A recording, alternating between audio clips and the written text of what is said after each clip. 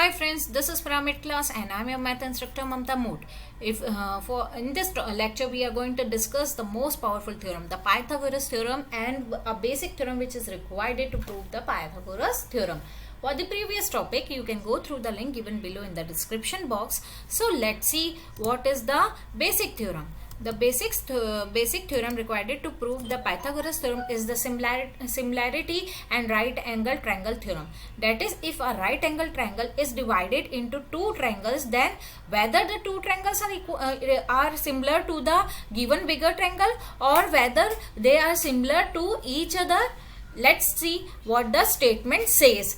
The statement says that if a perpendicular is drawn from the vertex of a right angle triangle to the hypotenuse of the triangle, then the both side of the perpendicular are both triangle formed on the both side of the triangular perpendicular is similar to each other and they are similar to the bigger triangle. Okay, so we have constructed a triangle ABC which is right angled at vertex B.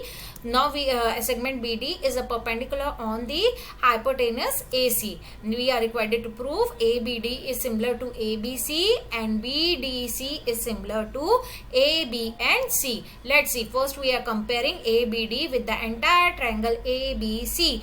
As we know that B is a right angle triangle, B is a vertex which contains 90 degree and AD is a perpendicular drawn from vertex B on the side AC. So D at point D we get 90 degree angle. Hence angle B is equals to angle D. Similarly, the common vertex in ABD and the entire ABC is the A. So the angle formed at the vertex A is common in the both triangle. Thus, by double asimilarity, we can say the first part triangle formed in the first part of ABD is similar to the entire triangle ABC. Similarly, on comparing second part BDC with the entire triangle ABC, as we know again B is 90 degree and angle D is 90 degree and common vertex is C which is shared by both triangle. So by double asimilarity, triangle BDC is similar to the entire triangle ABC. As we know that the first part is similar to the entire triangle, the second part of the triangle is also similar to the entire triangle. So they are similar to each other.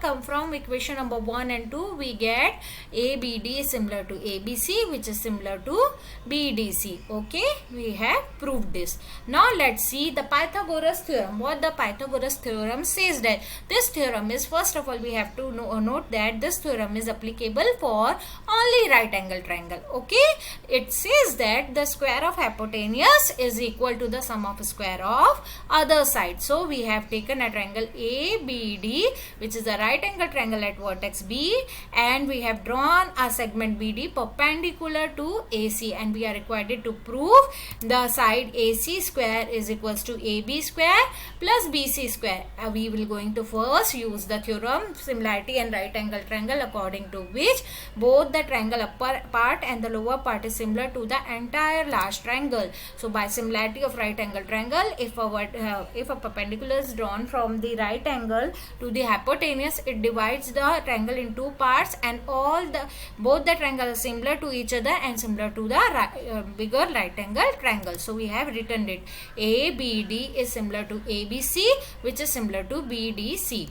We are taking the first part ABD and comparing as it is similar to ABC, the entire large triangle. So we are taking the corresponding side must be in the ratio, means perpendicular by perpendicular equals to base by base equals to hypotenuse by hypotenuse.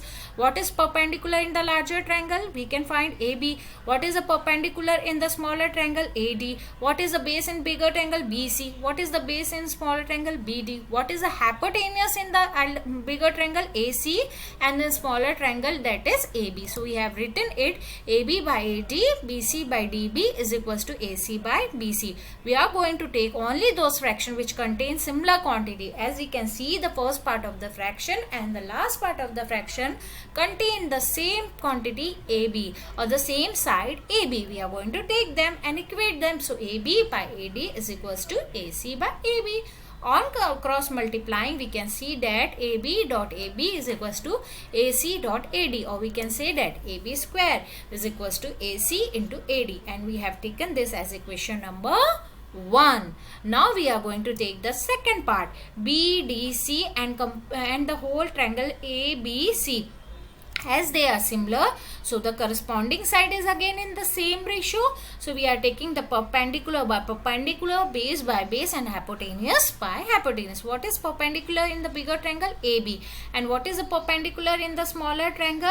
That is CD. What is a base in bigger triangle? BC. And the smaller triangle, BD is the perpendicular in the smaller triangle, and the base is CD, and the AC is the hypotenuse in the bigger triangle, and BC is the hypotenuse in the smaller triangle. So we take that AB by BD equals to BC by CD is equals to AC by BC. We are going to taking only those part of the fraction which contain equal quantity, equal sides or same sides. So last two part of the fraction, that is second and third, contain the side BC as common. So we are going to take that. So BC by CD is equals to AC by BC. On cross multiplying, BC into BC is equals to AC into, on cross multiplying we get AC into CD. So we can write BC square is equals to AC into CD and taken it as equation number 1.